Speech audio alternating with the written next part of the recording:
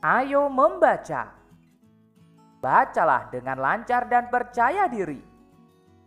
Di kantor kelurahan, Titi sangat senang dapat ke sekolah lagi. Titi sudah tidak demam. Titi dan teman-temannya mengunjungi kantor kelurahan. Mereka mengajukan permintaan bibit pohon angsana. Mereka membawa surat dari sekolah. Pak Lurah sangat senang dikunjungi anak-anak. Beliau menyampaikan agar semua orang menjaga lingkungan. Lingkungan harus bersih dan hijau. Setiap anak seharusnya memiliki satu pohon untuk dirawat. Pak Lurah memberikan anak-anak beberapa bibit pohon angsana untuk ditanam. Anak-anak merasa sangat senang menerima bibit pohon angsana tersebut. Tidak lupa mereka mengucapkan terima kasih kepada Pak Lurah. Mereka berjanji untuk menanam dan merawat pohonnya dengan baik. Amati kembali teks di kantor kelurahan. Sebutkan kalimat yang menunjukkan saran. Kalimat yang menunjukkan saran adalah: beliau menyampaikan agar semua orang menjaga lingkungan. Lingkungan harus bersih dan hijau. Setiap anak seharusnya memiliki satu pohon untuk dirawat.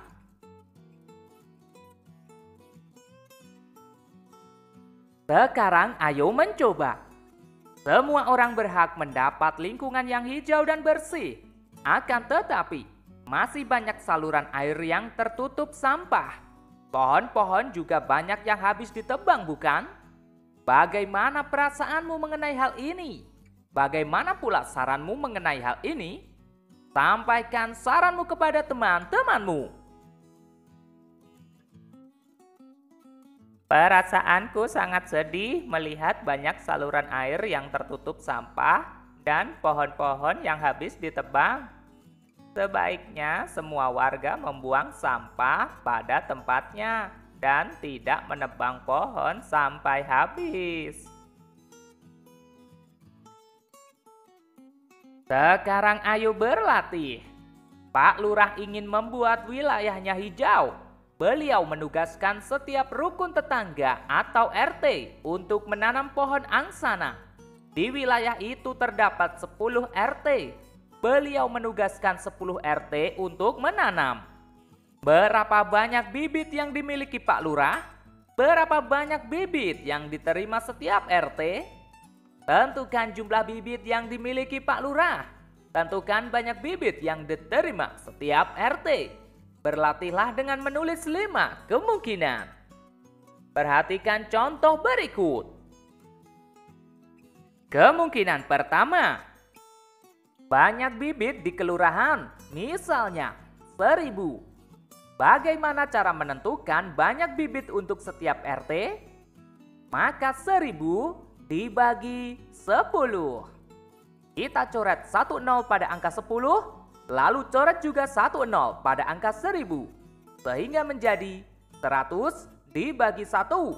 Hasilnya 100. Kemungkinan berikutnya, banyak bibit di kelurahan, misalnya 750. Maka banyak bibit untuk setiap RT. 750 dibagi 10. Coret 10 pada angka 10. Coret juga 10 pada angka 750. Sehingga menjadi 75 dibagi 1 sama dengan 75.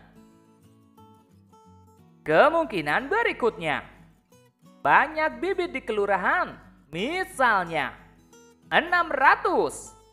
Maka banyak bibit untuk setiap RT. 600 dibagi 10. Coret 10 pada angka 10. Coret juga 10 pada angka 600. Sehingga menjadi 60 dibagi 1 sama dengan 60.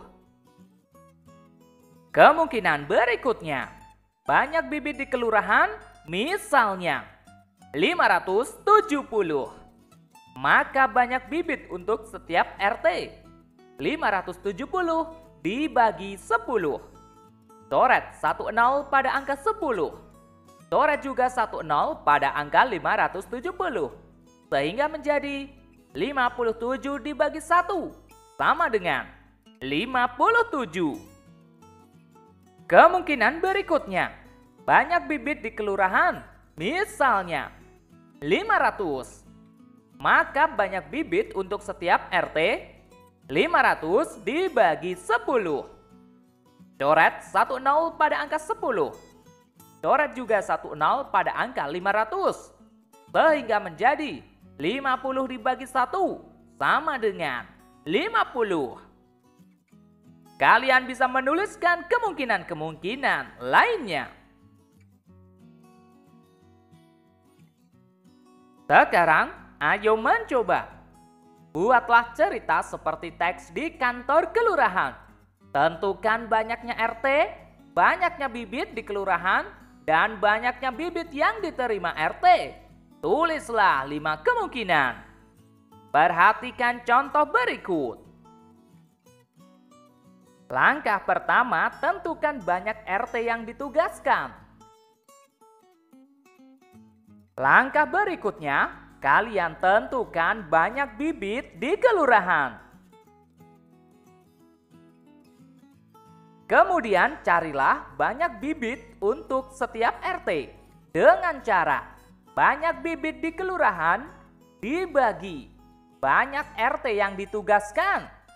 Kalian hitung sesuai dengan cara yang telah dipelajari pada soal-soal sebelumnya. Selamat mengerjakan.